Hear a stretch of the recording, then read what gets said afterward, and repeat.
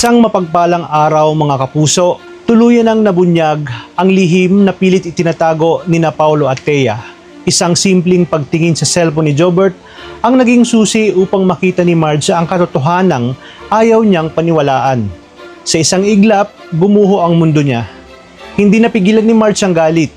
Hinarap niya si Thea, sinabunutan, itinulak at ibinagsak ang cake na hawak nito. Ito niya ibinulalas ang sakit. Sa kabila ng lahat ng pinagdadaanan nila, si Thea pa mismo ang naging dahilan ng pagkasira ng kanyang pamilya.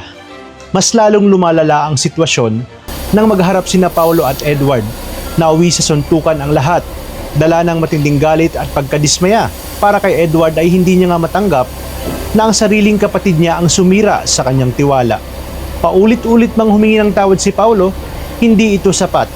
Wasak na ang respeto at higit sa lahat ang kanilang pagiging magkapatid. Samantala, kritikal ang kalagayan ni Jobert matapos ang isang malubhang insidente. Agad siyang isinugod sa ospital at kinakailangang operahan.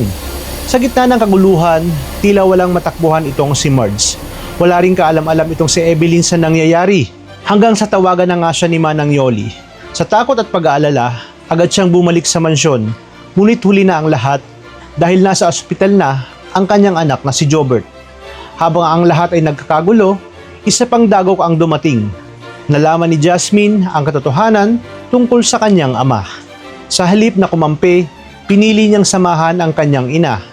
Para kay Jasmine, kung wala ng pagmamahal, mas mabuting pakawalan na.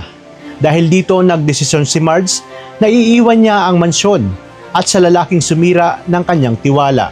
Sa kabila ng pagsusumamo ni Paulo ay nanatiling matatag si Marge.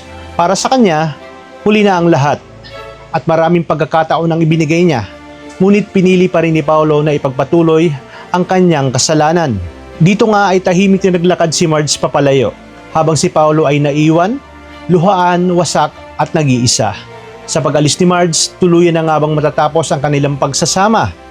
Makakaligtas pa kaya itong si Jobert sa kanyang kritikal na kondisyon? At sa pagbabalik ni Evelyn, ano kaya ang magiging papel niya sa pagharap sa katotohanan? Sa gitna ng wasak na pamilya, may pag-asa pa kayang mabuo ang lahat ng ito?